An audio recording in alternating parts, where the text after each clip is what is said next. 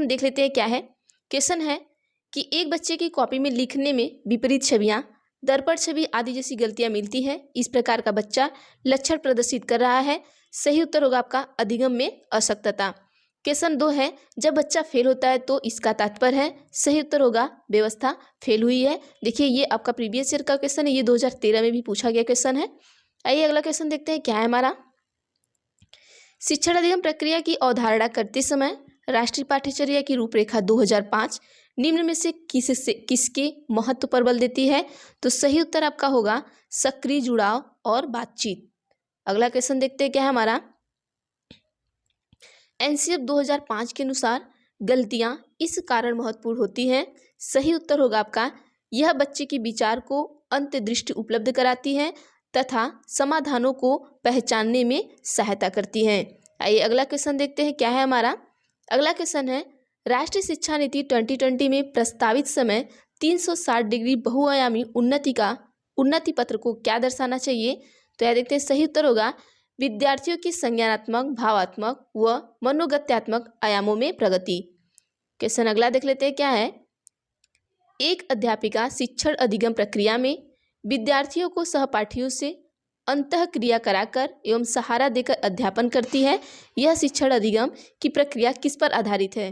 तो सही उत्तर होगा आपका लेवागस्की के सामाजिक सांस्कृतिक सिद्धांत पर आधारित है। नेक्स्ट क्वेश्चन देख लेते हैं क्या है हमारा। क्वेश्चन है कि किस विचारक ने इस बात को नकारा है कि बुद्धि एकल इकाई है और कई पृथक स्वतंत्र बुद्धियों का सिद्धांत प्रतिपादन किया है। तो सही उत्तर होगा आपका हावर्ड गार्डनर। देखिए कई बुद्धि मतलब हावर्ड गार्डनर ने बहुबुद्धि का सिद्धांत दिया है। क्वेश्चन ऐसे भी आपको पूछ सकता है कि बहुबुद्धि का सिद्धांत किसने दिया है। तो हावर्ड गार्डनर ने दिया है। क्वेश्चन है, लॉरेंस कोहलबर्ग के नैतिक विकास के सिद्धांत के किस चरण में बच्चे दूसरों के इरादों की उपेक्षा करते हैं और इसके बजाय अधिकार और नकारात्मक परिणामों के डर पर ध्यान केंद्रित करते हैं। तो सही उत्तर होगा सजा और आज्ञाकारिता अभिविन्यास। अगला क्वेश्चन देखते हैं क्या है हमारा। गार्डनर के सिद्धांत में सोच को व्यक्त करने के लिए धारा प्रवाह और लचीले ढंग से भाषा का उपयोग करने की क्षमता डैश बुद्धि की विशेषता है। तो सही उत्तर होगा आपका भाषाई बुद्धि की विशेषता है। अगला क्वेश्चन देखते हैं क्या हमारा। 4 साल के राहुल को एक गुड़िया उपहार में मिलने पर वह बोला, मैं इसका क्या करूंगा। लड़के गुड़ियों से नहीं खेलते, यह क्या दर्शाता है। तो सही उत्तर होगा आपका जेंडर रूढ़िवादिता। देखिए आपको मैं बार बार कहती हूँ जेंडर रूढ़िवादिता से एक क्वेश्चन जरूर आपके शिफ्ट में पूछा जाएगा। अगला क्वेश्चन देखते हैं क्या है हमारा।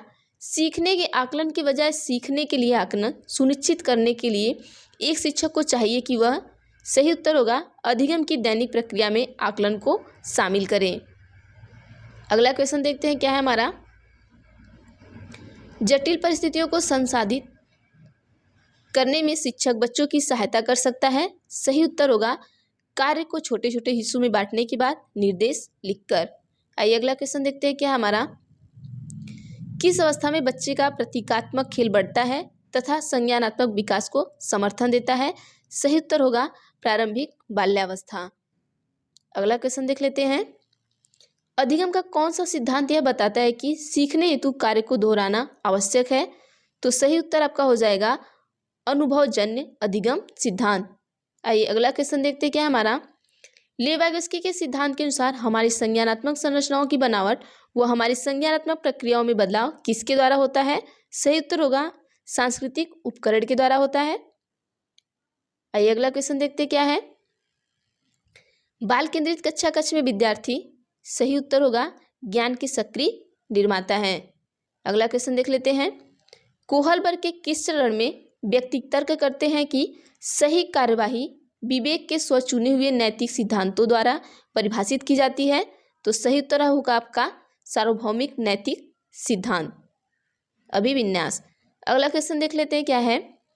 जनजाति समुदायों के विद्यार्थियों के सफल समावेश के लिए एक शिक्षिका को निम्न से किस से बचना चाहिए। सही उत्तर होगा उन संप्रत्ययों को पढ़ाना जो उनके जीवन के लिए पूरी तरह अप्रासंगिक हो। अगला क्वेश्चन देखते हैं क्या है। अधिगम और सूचना प्रसंस्करण देखते हैं अधिगम और सूचना प्रसंस्करण एवं संवेगों और प्रवृत्ति का संबंध किस प्रकार का है।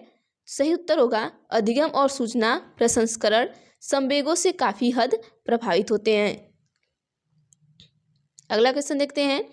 एक विद्यार्थी कुछ संप्रत्यों के बारे में अपनी जिज्ञासा को संतुष्ट करने के लिए किताबें पढ़ रही है, यह किस तरह के लक्ष्य का उदाहरण है। तो सही उत्तर होगा आपका महारत हासिल करने के की दिशा में उन्मुख लक्ष्य। अगला क्वेश्चन देखते हैं क्या है हमारा। राष्ट्रीय शिक्षा नीति 2020 का केंद्र बिंदु क्या है। सही उत्तर होगा बहु विषयकता का समग्र शिक्षा। देखिए एनसीईआरटी 2020 बहुत ज़्यादा इंपॉर्टेंट है। अगला देखते हैं। जीन पियाजे के संज्ञानात्मक विकास के अनुसार बच्चे संरक्षण किस अवस्था में कर पाते हैं। तो सही उत्तर होगा मूर्त संक्रियात्मक अवस्था में करते हैं। क्वेश्चन है मूर्त संक्रियात्मक अवस्था के बच्चों को पढ़ाते हुए एक शिक्षिका को क्या नहीं करना चाहिए। सही उत्तर होगा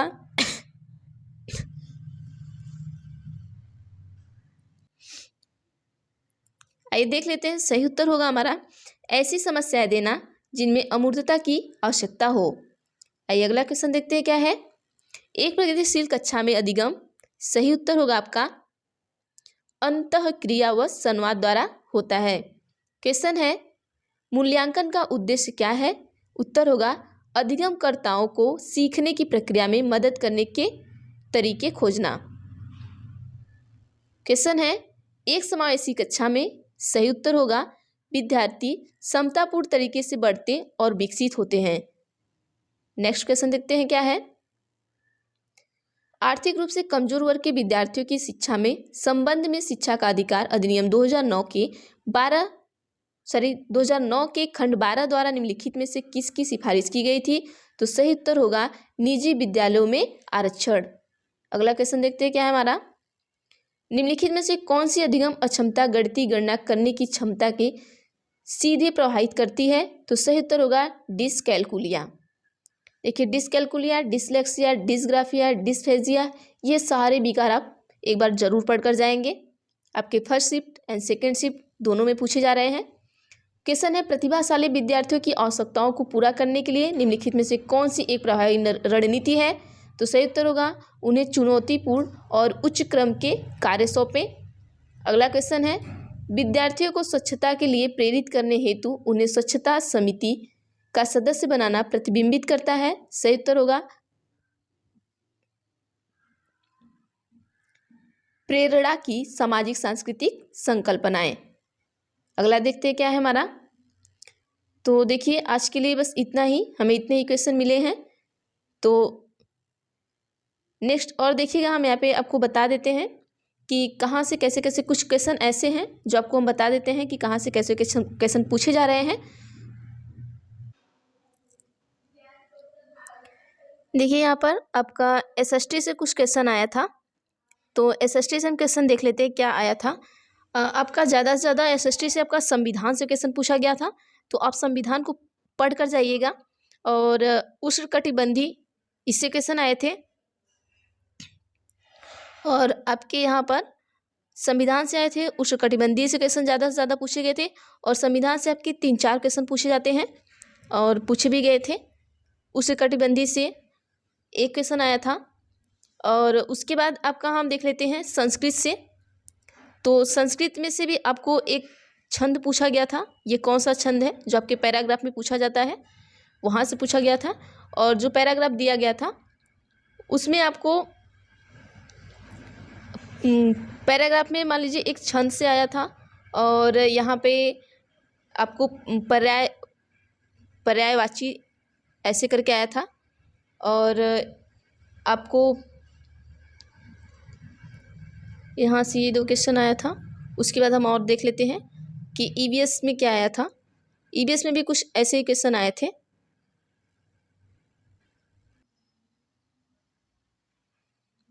देखिए इंग्लिश में क्या है आपका ये करेक्ट वाला पूछा था, मतलब इसमें से कौन सा करेक्ट है ये वर्ड का पूछा गया था। और यहाँ पे कुछ ये आपका जो खाली स्थान वाला देता है कि लास्ट वन मतलब कि इसमें कौन सा भरा जाएगा। तो एक ऐसा क्वेश्चन पूछा गया था। और उसके बाद आपको ऐसे 2 क्वेश्चन पूछते हैं, एक बीच में ऐसे गैप देकर पूछता है, एक वो क्वेश्चन पूछा गया था, एक लास्ट में गैप देकर पूछता है, वहाँ पर ऐसे क्वेश्चन पूछे गए थे। और एक आपको पूछा गया था कि ईरर से क्वेश्चन आपके आए थे इंग्लिश में कि कौन सा ईरर है, तो आप ईरर का क्वेश्चन आपको पता है, पढ़कर ही गए होंगे। और आपको यहाँ पर एक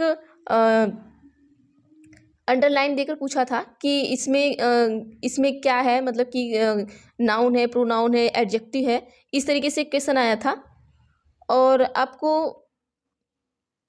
करेक्ट सेंटेंस का एक क्वेश्चन आया था कि ये सेंटेंस कौन से करेक्ट है, इंग्लिश की मैं बात कर रही हूँ। करेक्ट सेंटेंस से क्वेश्चन आए थे और एक 4 वर्ड दिए थे ABC करके, उसमें से पूछा था कि इसमें से वर्ड कौन से करेक्ट है, मतलब इसका जो स्पेलिंग है वो कौन सा करेक्ट होगा, इस तरीके से क्वेश्चन था। तो चलिए, हमको इतना ही क्वेश्चन मिला है और बाकी के मैं देखती हूँ, जो मिलेगा मैं आपको बताती रहूँगी। और हिंदी से भी कुछ ऐसे क्वेश्चन ही थे, जैसे कि आपको हिंदी से जो क्वेश्चन था वो इसमें विलोम शब्द था, विलोम शब्द से क्वेश्चन पूछे गए थे।